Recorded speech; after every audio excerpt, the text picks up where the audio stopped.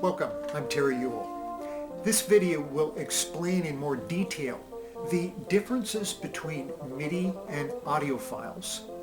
I will detail where to find MIDI files, particularly for bassoonists. Then I provide some quick methods to convert MIDI to MP3 or other audio formats. It is important to remember that MIDI files are digital instructions, not sound. Sound files such as WAV, AIF, MP3, or OGG files are digital encodings of sound waves. MIDI files are codes that indicate the timing, loudness, pitch, and instrumentation of each note. Because MIDI files are coded information, it is easy to transform them by changing tempos or instruments. This was explained in the last video. Many music graphics files, such as Finale, Sibelius, or MuseScore, allow music graphics files to be imported into the program and then exported to MIDI. Entering music notation by hand, however, is certainly a labor of love. Finale does, however, allow for scanning music into the application, but in my work with that around 2015, I found that the results needed a great amount of editing after the scan. Perhaps the process is more accurate now, and it will serve your purposes. Some applications avoid music notation altogether and instead process MIDI only with a graphics interface. MIDI sequencers such as Aria Maestosa allow for point-and-click entries of MIDI notes. To illustrate this, here's a portion of a demonstration I made in 2013 for one of my university courses. There we go. F3, and then G3. There, it's working now. Seemed to work better when it's just left on 8th note. I don't quite know why. Okay. F3, G3, and then what was my last? Okay, so C3 is down here for 2 beats. Yeah, it still doesn't like me. Why is it not going? There we go. Okay, here we go. C3. Okay. Okay, and then you can repeat that through there. However, this is quite a tedious way to create a MIDI file, especially if the music has hundreds of notes. The best solution that I have found to rapidly generate MIDI files is to record them on a Yamaha Clavinova and save the MIDI information on a thumb drive. Since I often accompany my students in their lessons, my familiarity with the piano parts makes this method of MIDI input convenient for me. I record the accompaniments at a slow tempo, one that I can read with minimal errors. My results aren't perfect, but they do provide for passable practice files for my students. Along the way, I've been more interested in quantities of accompaniments rather than a few note-perfect accompaniments.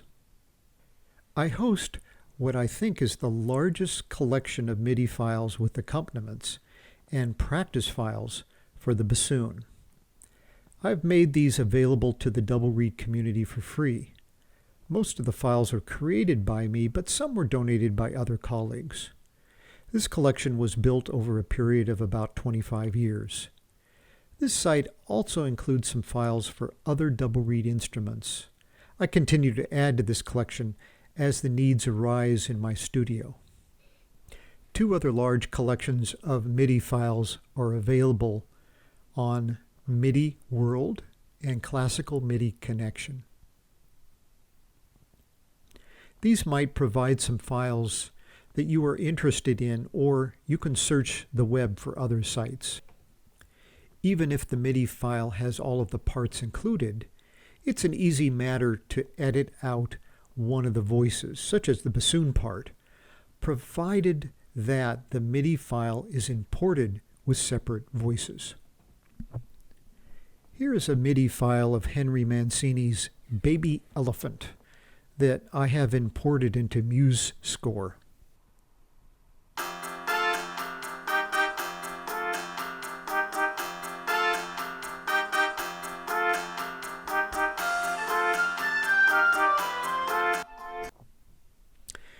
Okay, so let's delete the trumpet line here. I select the first note or rest in that line. Press page down to the end.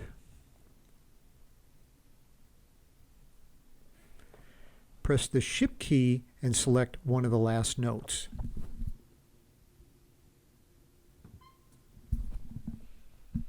Now the whole line is selected. Then I use Cut to edit out the line.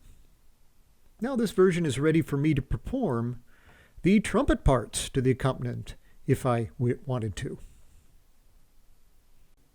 Decades ago, web browsers would allow you to directly play the MIDI file on a computer. Most often, however, you need to download the file and then play it on your computer. If, however, you want to play the accompaniment on your smartphone, there are many ways to convert the MIDI files to MP3 files. As demonstrated in the last video, MuseScore 3 will convert to MP3 files. Finale and other software do as well.